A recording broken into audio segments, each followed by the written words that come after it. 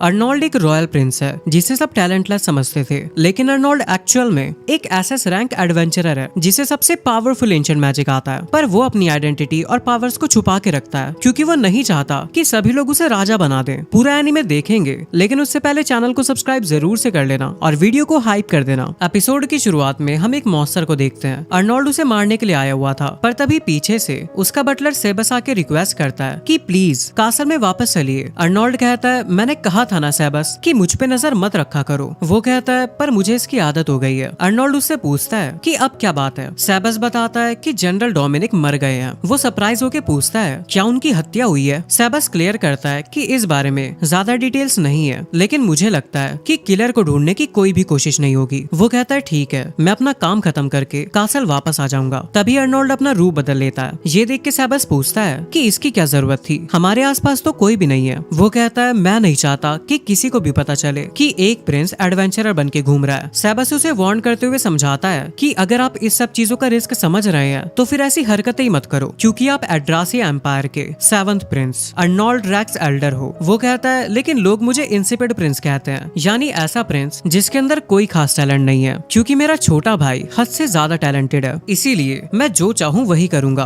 और वैसे भी अभी मैं अर्नोल्ड नहीं हूँ, बल्कि फिलहाल मैं एसएस रैंक एडवेंचरर सिल्वर हूँ। और वो उस मॉन्स्टर के सामने आके पूछता है कि क्या बात है, खो गए हो क्या। वो मॉन्स्टर दहाड़ता हुआ उस पर हमला करने आता है, पर अर्नोल्ड कहता है कि माफ करना, मेरे पास खेलने का टाइम नहीं है। और वो उसे अपने मैजिक से हवा में उठाता है और काफी पावरफुल स्पेल से उसके चीथड़े उड़ा देता है। अब वो इंपीरियल कैपिटल की एडवेंचरर्स गिल्ड में आता है। वहाँ लोग देख के हैरान थे कि वो किंग मिनाटोर का हॉर्न लेके आया है। उन्हें यकीन ही नहीं हो रहा था कि ये इसने अकेले किया। रिसेप्शनिस्ट उसकी तारीफ करती है और उसके बदले उसे काफी सारे पैसे देती है। सिल्वर उसका शुक्रिया अदा करता है। रिसेप्शनिस्ट उससे कहती है कि हमारी ब्रांच में कॉन्टिनेंट के टॉप 5 एसएस रैंक एडवेंचरर्स में से एक को यहाँ पे देखना हमारे लिए बड़ी इज्जत की बात है। सिल्वर उसे कुछ पैसे देता है और वहाँ बैठे सभी लोगों की पार्टी करवा देता है, जिससे सभी लोग खुश हो जाते हैं। फिर वो कहता है कि अगली बार कोई भी डिफिकल्टी रिक्वेस्ट आए तो सबसे पहले मुझे ही बताना, जिस पर वो हाँ कहती है। ये काम निपटाने के बाद वो वापस अपने रियल फॉर्म में आता है ताकि वो अपने प्रिंस वाले काम निपटा सके। वो टेलीपोर्टेशन सर्कल खोलता है और सीधा इंपीरियल स्वॉर्ड के कासल में पहुंचता है। यहाँ पे 8th इंपीरियल प्रिंस लियोनार्ड, उसकी मेड और सेबस थे। अर्नोल्ड कहता है कि मैंने सुना जनरल डोमिनिक मारे गए। लियो कहता है, और वो भी बस इसीलिए क्योंकि वो मेरे साइड थे। अर्नोल्ड बोलता है कि तुम्हारे पास अलाइज बनाने का तरीका है। वैसे वो कौन था, एरिक, ज़ांड्रा या गॉर्डन। वो कहता है, मुझे नहीं पता। अर्नोल्ड पूछता है, तो फिर अब तुम क्या करोगे। वो कहता है, कुछ नहीं, क्योंकि मैं अपने ही परिवार के अंदर लड़ाई नहीं चाहता। अर्नोल्ड कहता है कि मुझे पता है तुम नहीं चाहते, लेकिन अगर अपने थ्रोन की लड़ाई में नहीं उतरोगे तो तुम मारे जाओगे और फिर मेरा और माँ का भी यही हाल होगा। लियो कहता है, जानता हूँ, माफ करना। वो कहता है, सॉरी बोलने से कुछ नहीं होगा, अपनी राय साफ साफ रखो। तो लियो अपना सीरियस फैसला सुनाता है कि मैं थ्रोन के लिए लड़ूंगा। ये सुनकर अर्नोल्ड खुश था। वो कहता है कि इसमें मैं तुम्हारी मदद करूंगा और तुम एम्परर बनोगे, इसीलिए सबसे पहले अपनी फोर्स बनाओ ताकि दुश्मन तुम्हें थ्रेटन न कर सके। लियो हाँ करता है और पूछता है कि तुम क्या करोगे भाई। वो कहता है कि मैं तुम्हारे लिए एलाइज ढूंढूंगा, पर ज्यादा उम्मीद मत रखना, क्योंकि ऑलमोस्ट सभी पावरफुल नोबल और मिनिस्टर्स पहले से ही 3 प्रिंसेस के फैक्शंस में हैं। लियो कहता है, जानता हूँ, और उसका शुक्रिया अदा करता है और बोलता है कि मुझे लगता है तुम ही एम्परर बनने के ज्यादा लायक हो। अर्नोल्ड कहता है, तुम्हें सच में मैं इस टाइप का आदमी लगता हूँ क्या। मैं तो एक सुंदर बीवी के साथ आराम की जिंदगी जीना चाहता हूँ और ये प्लान मैं पहले ही बना चुका हूँ, और इसके लिए एम्परर तो तुम्हें ही बनना पड़ेगा। सेबस उससे पूछता है कि आप अपना सिल्वर एसएस रैंक क्लास के एडवेंचरर का रूप रिवील क्यों नहीं कर देते। अर्नोल्ड इसके लिए मना करता है और समझाता है कि मेरे ग्रेट ग्रैंडफादर एंशिएंट मैजिक के पीछे इतने पागल थे कि उनका दिमाग ही चल गया और वो सच में पागल हो गए। तब से रॉयल्टी में एंशिएंट मैजिक को टैबू माना जाता है और मैं उसी एंशिएंट मैजिक का यूज करता हूँ। अगर ये बात लोगों को पता चल गई कि लियो का ट्विन ब्रदर ऐसी चीजों में इन्वॉल्व है तो उसके लिए प्रॉब्लम हो जाएगी, क्योंकि वो एम्परर बनने की कोशिश कर रहा है। सेबस पूछता है, लेकिन सिल्वर को एम्पायर की हिस्ट्री का सबसे पावरफुल एडवेंचरर माना जाता है, तो क्या ये बात लियो के लिए फायदेमंद नहीं होगी। अर्नोल्ड रिप्लाई देता है कि ये लास्ट ऑप्शन होगा, लेकिन फिलहाल लोगों का यही सोचना बेहतर है कि मैं एक बेकार प्रिंस हूँ। वैसे सेबस, क्या ऐसी कोई ड्यूक फैमिली बची है जो कि थ्रोन की लड़ाई में नहीं है। सेबस बताता है कि सिर्फ एक है, क्लैनट हाउस होल्ड। अर्नोल्ड बोलता है, ये तो तुमने काफी बड़ा नाम बताया, इनके ऐसे टाइम में चुप रहने की कोई तो वजह जरूर होगी। सेबस एक्सप्लेन करता है कि उनकी टेरिटरी में कुछ मुसीबतें चल रही है, मॉन्स्टर्स इन्वेड कर रहे हैं और वो लोग अभी तक इसका सॉल्यूशन नहीं निकाल पाए। अर्नोल्ड सजेशन देता है कि अगर हम ये कहें कि लियो ने उन मॉन्स्टर को खत्म करने के लिए सिल्वर को भेजा है तो वो हमारे कर्जदार हो जाएंगे। सेबस समझाता है कि अगर उन्हें पता चल गया कि प्रिंस लियो के पास एसएस क्लास एडवेंचरर को भेजने की ताकत है तो वो सतर्क हो जाएंगे और इससे आपका और सिल्वर का कनेक्शन भी एक्सपोज हो सकता है। अर्नोल्ड कहता है होने दो सतर्क, क्योंकि जब उन्हें पता चलेगा कि एसएस रैंक सिल्वर इन्वॉल्व है तो दुश्मन अपनी चाल चलने से पहले भी 2 बार सोचेंगे। और वैसे भी अगर मैं सतर्क रहूंगा तो सिल्वर की आइडेंटिटी खुलने का कोई इशू नहीं रहेगा। सेबस कहता है लेकिन याद रखना, आइडेंटिटी खुद से अनाउंस करने और एक्सपोज होने में बहुत फर्क है। वो कहता है मुझे पता है, चलो अब मैं ड्यूक से मिलने जा रहा हूँ और ये सीक्रेट काम मेरे भाई के लिए है। सेबस कहता है कि केयरफुल रहना, क्योंकि ड्यूक क्लेनर्ड की बेटी ब्लाउ मूव है। वो पूछता है कि वही ना जिसे उसके फादर ने ब्लू गर्ल हेयर पीस दिया था। सेबस बताता है कि वो बहुत ही खूबसूरत लड़की है, इसीलिए उसके ऊपर लट्टू मत हो जाना। वो कहता है मुझे बहुत दिन हो गए देखते हुए, तुम्हें हर बात पे मुझे लेक्चर देना जरूरी होता है क्या? सेबस कहता है ये तो मेरी ड्यूटी है। अब अर्नोल्ड अपना मास्क पहनता है और कहता है बाकी काम तुम संभाल लेना, और टेलीपोर्ट हो जाता है। उनके मेंशन पे पहुंच के सिल्वर गेटकीपर से बोलता है मैं सिल्वर हूँ, मुझे ड्यूक से मिलना है। गेटकीपर बोलता है तुम सिल्वर हो? मुझे हंसी आ रही है, क्योंकि अगर इतना बड़ा आदमी आने वाला होता तो मुझे एडवेंचरर गिल्ड से पहले ही पता लग जाता, इसलिए फालतू मजाक बंद करो और घर जाओ। सिल्वर अपना कार्ड दिखाने लगता है। वो कहता है कार्ड दिखाने की कोई जरूरत नहीं है, तुम यहाँ से निकलो क्योंकि मैं थोड़ा बिजी हूँ। सिल्वर गुस्से में उसे वार्न करते हुए बताता है कि मैं प्रिंस लियो के ऑर्डर पे यहाँ पे आया हूँ, इसीलिए ड्यूक को बताओ कि ये सब करके उसने मुझे और प्रिंस को इंसल्ट किया है। गेटकीपर बोलता है कि मैं क्यों बोलूं, चल अब निकल यहाँ से। सिल्वर देखता है कि ड्यूक की बेटी फिनी खिड़की से उसे देख रही है और वो वहाँ से जाने लगता है। उसे देख के अर्नोल्ड कहता है तो ये है ब्लाउ मूव, ये तो सच में काफी सुंदर है, लेकिन अभी मेरे पास उससे फ्लर्ट करने का बिल्कुल भी टाइम नहीं है। वैसे ब्लाउ मूव नाम से उसे इसीलिए बुलाते हैं क्योंकि उसकी नीली आंखें और ब्लॉन्ड हेयर है। वैसे उसका नाम फिनी है। अब वो वापस आ जाता है। सेबस पूछता है कि आप तो काफी जल्दी वापस आ गए। अर्नोल्ड बोलता है हम तुरंत क्लैनर डोमेन जा रहे हैं। वो पूछता है पर आप अभी तो वहाँ पे गए थे ना, जिस पर अर्नोल्ड क्लियर करता है कि तब वहाँ पे सिल्वर गया था, लेकिन इस बार वहाँ प्रिंस अर्नोल्ड जाएगा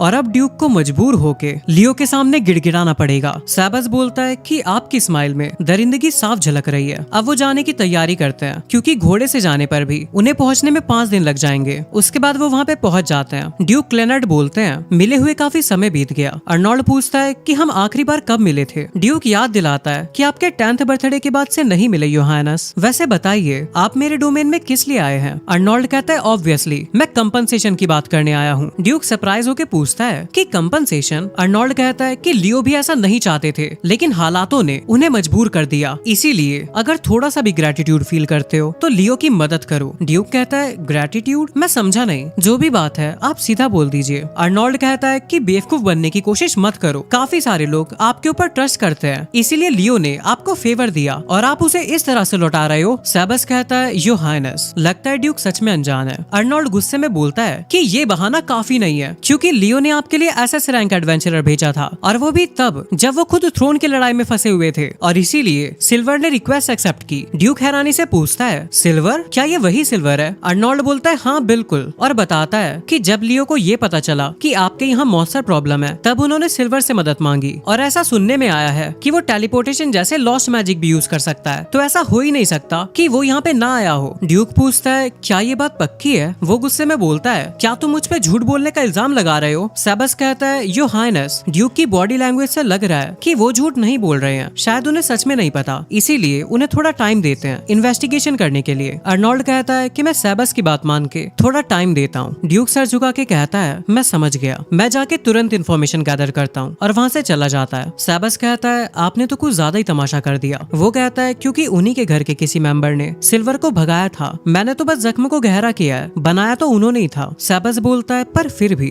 ये कुछ ज्यादा ही था। अर्नोल्ड समझाता है कि सभी मछलियाँ साफ पानी में नहीं रह सकती, कुछ को गंदे पानी में भी रहना पड़ता है। सेबस पूछता है तो आपने ये जिम्मा अपने ऊपर लिया है, लेकिन इससे आपको ही नुकसान होगा। वो कहता है कि कोई बात नहीं, बस लियो की रेपुटेशन अच्छी बननी चाहिए, मेरी चाहे कितनी भी बिगड़े मुझे फर्क नहीं पड़ता। सेबस कहता है पर मुझे फर्क पड़ता है, साथ ही आपकी माँ और प्रिंस लियो को भी। फिर ड्यूक अपने बेटे को डांटता है अबे बेवकूफ, क्यों पूरी फैमिली को बर्बाद करने पे तुला है? ड्यूक अर्नोल्ड से माफी मांगते हुए बताता है कि सिल्वर 5 दिन पहले यहाँ पे आया था, लेकिन मेरे बेवकूफ बेटे ने उसे वापस भेज दिया। अर्नोल्ड कहता है तो ये तुमने किया? उसका बेटा एक्सप्लेन करता है लेकिन पापा एसएस क्लास का एडवेंचरर अचानक से आ जाएगा, मैंने सोचा भी नहीं था, इसीलिए मुझे लगा कि वो कोई बहरूपिया है। ड्यूक कहता है कि चुप कर, अब क्या मैं तुझ पे इतना भी भरोसा नहीं कर सकता कि मेरी गैर हाजिरी में तो दरवाजे की भी देखभाल न कर सके? वो कहता है लेकिन आपने ही कहा था ना कि फिनी से मिलने आने वालों को भगा देना। ड्यूक गुस्से में बोलता है पर मैंने तुझे एसएस रैंक एडवेंचरर को भगाने के लिए कब कहा था? तुम्हें कम से कम उसका कार्ड तो चेक करना चाहिए था। तभी अर्नोल्ड कहता है कि ड्यूक, आपके बच्चों की गलती आप ही की गलती मानी जाएगी। ड्यूक बोलता है मैं समझ गया, पर अब माफी कैसे मांगू, मुझे समझ नहीं आ रहा। अर्नोल्ड कहता है कि आखिर तुम माफी मांगोगी भी कैसे, क्योंकि तुम्हारी वजह से सिल्वर अब हमारे साथ कभी काम नहीं करेगा। तो बताओ इसे कैसे कंपनसेट करोगे? ड्यूक कहता है कि इसके लिए आप मेरा सर काट दीजिए। वो कहता है मुझे तुम्हारा सर नहीं चाहिए और ना ही तुम्हारे नालायक बेटे का, मुझे कुछ और देना पड़ेगा। ड्यूक हेल्पलेस होकर पूछता है कि क्या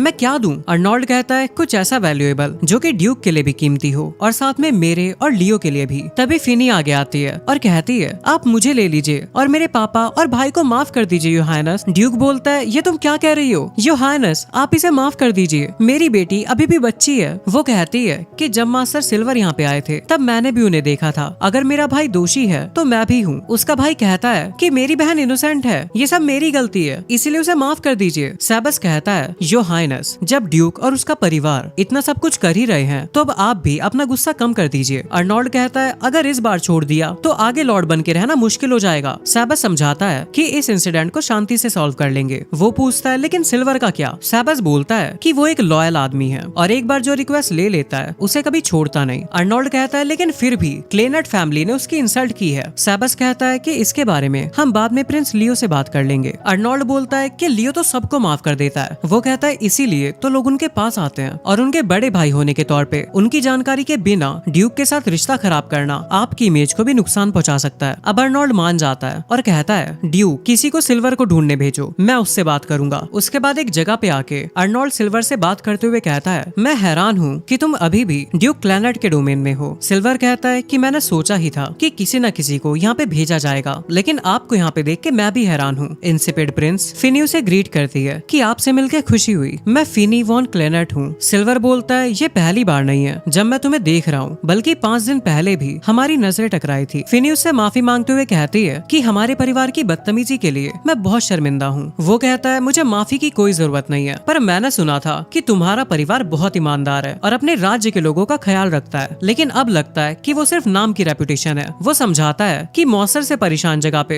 एडवेंचरर्स का आना कोई नई बात नहीं है, और अगर तुम्हारे परिवार के लोगों को प्रजा की इतनी चिंता होती तो फिर चाहे कोई भी एडवेंचरर आता तुम्हें उसे एक्सेप्ट करने के लिए रेडी रहना चाहिए था। पर तुम्हारे भाई ने मुझे सिर्फ इसीलिए भगा दिया क्योंकि ड्यूक ऐसे किसी के अचानक आने के लिए तैयार नहीं थे। फिनी बोलती है कि आप बिल्कुल सही कह रहे हैं, ये क्लैनेट फैमिली की ही गलती है। तभी अर्नोल्ड सिल्वर से पूछता है तो क्या तुम ये रिक्वेस्ट फिर से एक्सेप्ट करोगे? सिल्वर बोलता है कि अगर नहीं करनी होती तो मैं यहाँ पे आता ही नहीं, लेकिन उससे पहले एक बात कंफर्म कर लूं, क्या तुम ड्यूक को अपने साइड कर पाए? अर्नोल्ड बोलता है कि अभी तक कोई प्रॉमिस तो नहीं मिला। वो कहता है तुम सच में एक फीके प्रिंस हो, अपने भाई से बिल्कुल अलग। अर्नोल्ड कहता है कि हमें ड्यूक का सपोर्ट जरूर मिलेगा, मैं ये भरोसा दिलाता हूँ। वो कहता है कि उनका पूरा और पक्का सपोर्ट होना चाहिए, मैं तब जाके रिक्वेस्ट पूरी करूंगा। चलो एक काम करो, तुम उनसे वचन लिखवा लो ताकि बाद में वो धोखा न दे सके। फिनी कहती है कि मेरे फादर ऐसा कभी नहीं करेंगे। अर्नोल्ड पूछता है कि अगर वो प्रॉमिस ना करे तो क्या तुम हमारी हेल्प नहीं करोगे? वो कहता है ऑब्वियसली नहीं करूंगा। अब अर्नोल्ड उससे रिक्वेस्ट करने लगता है कि प्लीज आप मॉन्स्टर को खत्म करने की रिक्वेस्ट ले लीजिए, मैं ड्यूक को हमारे साइड करवाने का वादा करता हूँ। वो कहता है तुम मुझे एक टैलेंटलेस प्रिंस पर भरोसा करने को कह रहे हो, तुम्हें अंदाजा भी है कि तुमने मुझे कितना मुश्किल काम दिया है? वो कहता है कि मैं जानता हूँ, और सर झुका के कहता है लेकिन फिर भी मैं आपसे रिक्वेस्ट करता हूँ। ये देख के फिनी इम्प्रेस और शॉक दोनों हो जाती है क्योंकि ऑब्वियसली वो उनके लिए सर झुका रहा है। सिल्वर बोलता है कि तुम इतनी जल्दी सर झुका देते हो, लगता है तुम अपने रॉयल्टी होने का घमंड नहीं रखते। वो कहता है कि मैं आपके ट्रस्ट के लायक तो नहीं हूँ, पर फिर भी प्लीज मॉन्स्टर्स को खत्म कर दीजिए। सिल्वर कहता है ठीक है, एक एडवेंचरर होने के नाते मैं मॉन्स्टर्स को ऐसे घूमने नहीं दे सकता, इसीलिए मैं ये रिक्वेस्ट एक्सेप्ट करता हूँ। लेकिन लेडी फिनी, मैं इस बात पे भरोसा कर रहा हूँ कि ड्यूक की फैमिली प्रिंस के साथ है, वरना याद रखना कि मैं ये हेल्प कभी ना करता। फिनी उसकी हेल्प के लिए शुक्रिया अदा करती है और कहती है हम आपकी उम्मीदों पे खरा उतरेंगे। प्रिंसेस को घोड़ा गाड़ी में बिठाने के बाद अर्नोल्ड बोलता है कि आपने इल्यूजन मैजिक से सिल्वर का फेक इमेज बना के जो नाटक किया है वो कमाल का था। वो कहता है चलो काम तो बन गया, और वो सोच रही है कि ये असली था। अब गाड़ी में फिनी बोलती है कि आपने जो भी किया उसका शुक्रिया। अर्नोल्ड कहता है किस बात का? वो कहती है आपने हमारे लोगों की हेल्प के लिए अपना सर झुकाया और इसीलिए मैं आपकी आभारी हूँ। मैंने आपको गलत समझा था योर हाइनेस, मुझे लगा कि आप बहुत खौफनाक हो, लेकिन आप ऐसे बिल्कुल भी नहीं है। अर्नोल्ड कहता है कि ये भी एक गलत फहमी है क्योंकि मैंने अपने लिए सर झुकाया था। वो कहती है भले ही मैंने गलत समझा हो, लेकिन मैं यही समझना चाहती हूँ, आप इसके लिए मुझे माफ तो कर देंगे ना? और वो लड़की हमारे प्रिंस के प्यार में पड़ जाती है। लॉन्डे की दरिंदगी देख रहे हो, एक तीर से 2 निशाने मार दिए, वो भी ड्रामे ड्रामेबाजी करके। पर उस लड़की की स्माइल देख के अर्नोल्ड के लिए समय रुक सा गया था और उसे वो पल याद आने लगता है जब उसने मैटियोर शावर देखा था। सेबस ये सब नोटिस कर रहा था और वो उससे पूछता है कि आप पहले थोड़े खोए खोए से लग रहे थे, शायद आपको वही मैटियोर शावर याद आया होगा जो कि आपने अपनी मॉम और अपने भाई के साथ देखा था और उस दिन आप काफी खुश हुए थे। शायद फिनी की स्माइल में भी आपको वही खुशी मिली जो आपको उस दिन मिली थी। अर्नोल्ड कहता है कि बकवास बंद करो। वो माफी मांगता है और बताता है कि यहाँ पे काफी गड़बड़ चल रही है क्योंकि यहाँ पे एक पार्टी भेजी गई थी जिसमें 2 A रैंक के और 4 B रैंक के एडवेंचर्स को भेजा गया था, लेकिन फिर भी कुछ नहीं हुआ। सिल्वर उसे एक्सप्लेन करता है कि हर स्लाइम अलग से खतरा नहीं है, बल्कि जो मदर स्लाइम है वो रोज नए स्लाइम को पैदा कर रही है, इसीलिए सोर्स खत्म किए बिना ये सब नहीं रुकेंगे। सेबस पूछता है और जो एडवेंचर्स पहले से रिक्वेस्ट एक्सेप्ट कर चुके हैं आप उन्हें कैसे समझाओगे? वो कहता है ये सब मैं खुद देख लूंगा और टेलीपोर्ट हो जाता है। इधर कुछ एडवेंचरर्स स्लाइम को मार रहे थे और अब वो आराम करने जा रहे थे, पर तभी उनका लीडर एबल सिल्वर को देख के बोलता है, अरे वाह,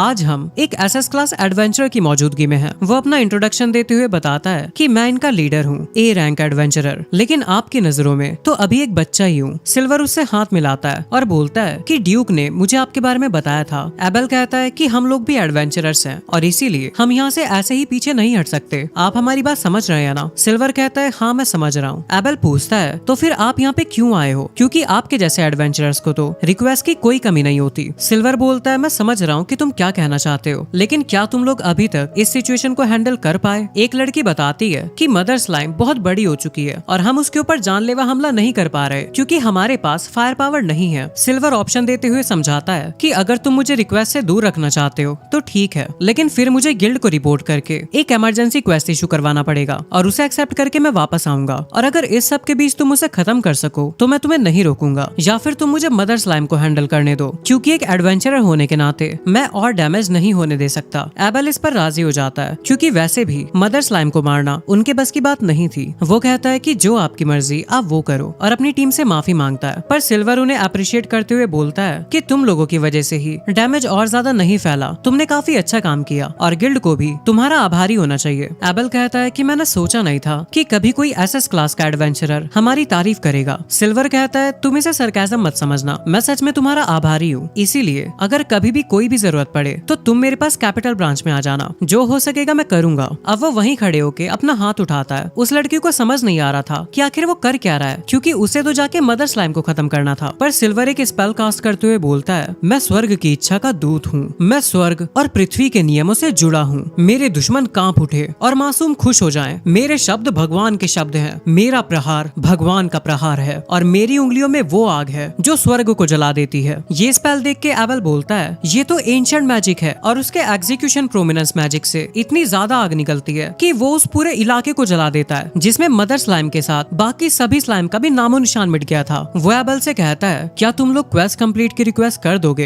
एबल कहता है कि तुम्हें जाना चाहिए, तुमने ड्यूक के डोमेन को बचाया है, तुम एक हीरो हो। वो कहता है कि माफ करना पर मेरा हीरो बनने में कोई इंटरेस्ट नहीं है, इसलिए बाकी का काम तुम संभाल लेना। वो टेलीपोर्ट होके वापस मेंशन में आता है। उसने दरवाजे पे लिखा हुआ था कि प्रिंस अंदर काम कर रहे हैं, इसलिए कोई भी अंदर ना आए। पर जैसे ही वो अपना मास्क उतारता है फिनी उसे देख लेती है और वो ये देख के हैरान थी कि प्रिंस अर्नोल्ड ही सिल्वर हैं। और इसी के साथ ये एपिसोड यहीं पे एंड हो जाता है। नेक्स्ट एपिसोड देखने के लिए चैनल को सब्सक्राइब जरूर से कर लेना।